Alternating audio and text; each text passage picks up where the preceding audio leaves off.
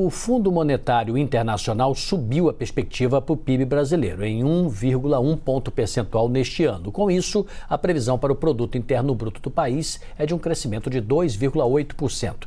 Para entender melhor os números, a gente conversa agora com Rafaela Vitória, economista-chefe do Inter. Tudo bem, Rafaela? Uma boa tarde para você. Essa previsão do FMI se aproxima daquela projeção feita pelo Banco Central, de 2,7% para este ano. Tem uma explicação porque o FMI revisou esse relatório para o Brasil neste e no próximo ano? Boa tarde, Sidney. Boa tarde, Luciana. Bom, a gente vê essa revisão do FMI, ela, na verdade, ela está um pouco atrasada, porque o último relatório do FMI foi de julho.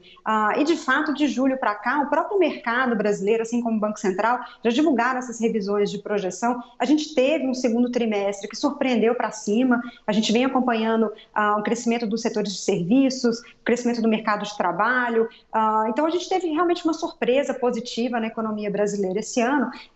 Como a última divulgação do FMI tinha sido só em julho, antes de conhecer esses dados, eu acho que agora eles também estão incorporando essa melhor perspectiva para a economia brasileira esse ano, e esse número de fato se aproxima mais do número de mercado. A pesquisa Focus essa semana também tem uma expectativa de 2,70, assim como o Banco Central. Então eu diria que essa é uma atualização considerando o desempenho mais positivo da economia esse ano. Rafaela, olhando aqui para a nossa economia com lupa, o Brasil entrou no terceiro mês seguido de deflação. A queda em setembro foi de 0,29%, segundo o IBGE, e essa foi a menor variação desde o início da série histórica, lá em 1980. Quais setores da economia contribuíram para essa melhora do nosso cenário econômico em relação à inflação, pelo menos? A gente teve mais um mês de deflação, o terceiro seguido. Veio em linha com a expectativa do mercado, em linha com a nossa expectativa. Eu acho que parte dessa deflação que já era esperada vem por conta da desaceleração de alimentos e também por conta da queda ainda de combustíveis. A gente vem acompanhando essas commodities, no mercado internacional com cotações menores. O próprio FMI hoje faz esse alerta, uma expectativa de crescimento menor para a economia para o próximo ano. Essa demanda global um pouco mais enfraquecida, ela vem resultando em preços de commodities menores. Então, parte dessa queda da inflação era esperada e ela é baseada nessa queda de preços de combustíveis e alimentos. Mas a gente teve também uma boa notícia na leitura do IPCA do mês de setembro, que foi com relação à inflação de serviços. Ela ainda é positiva e ainda tem um patamar até elevado. Se a gente pegar a inflação de serviços em 12 meses, ela ainda acumula mais de 8%, mas a gente começa a ver uma desaceleração também dessa inflação, que é uma inflação mais persistente. Então, eu diria que a boa notícia dessa leitura do IPCA do mês de setembro foi com relação à inflação de serviços, que já começa a dar sinais também de desaceleração. Rafaela, um pouco antes de nós começarmos a conversar com você viu o nosso correspondente em Nova York, falando da viagem do ministro Paulo Guedes lá, e é evidente que nós temos uma realidade para esse ano e uma outra um pouco diferente para o ano que vem. No entanto, em economia, quando melhora o ambiente de negócios, acontecem outras coisas também, outras consequências, Dá mais confiança, interna e externamente. Você acha que isso pode acontecer com uma espécie de ponte de transição entre os números deste ano e os números do ano que vem, que tenderão, por conta da taxa de juros, serem meses mais difíceis? Sim, Sidney, eu acho que de fato o próprio FMI no seu relatório, ele aponta para esses desafios.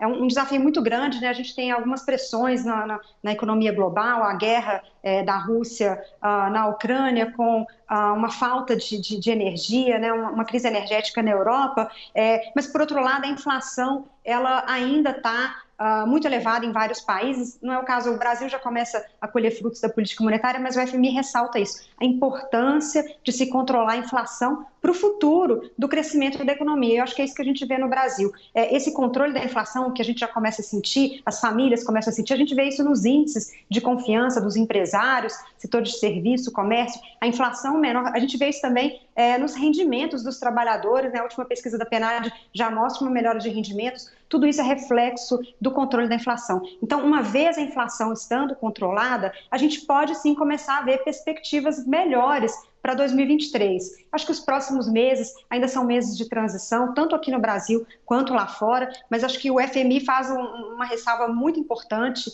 como é fundamental hoje os bancos centrais no mundo controlarem a inflação. E a política fiscal ela deve ser secundária nesse controle da inflação. Ele é primordial para as famílias de baixa renda e para o futuro crescimento da economia global. Ô, Rafael, eu vou insistir nessa pergunta, mas sobre outro ângulo, né? A gente está acompanhando a desaceleração da inflação e até deflação, e eu te pergunto, já é possível falar em baixar a dose do remédio? Ou seja, já podemos ter um arrefecimento dos juros do Brasil? A gente pode começar a pensar no arrefecimento dos juros. Nesse momento, a inflação ainda é alta, né? A inflação de serviços está desacelerando, mas ela ainda é elevada, e a gente está nesse momento de transição também de governo aqui no Brasil, né? O resultado da eleição vai ser conhecido aí no final de outubro.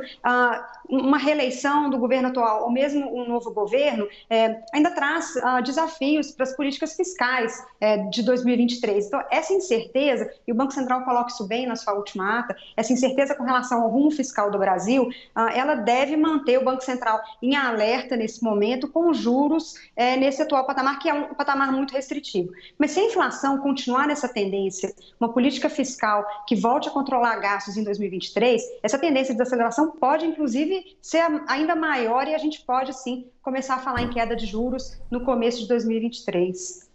Agradecemos a participação. Obrigado, viu, Rafaela Vitória, economista-chefe do Inter. Obrigado pela entrevista. Uma boa tarde. Obrigada, boa tarde.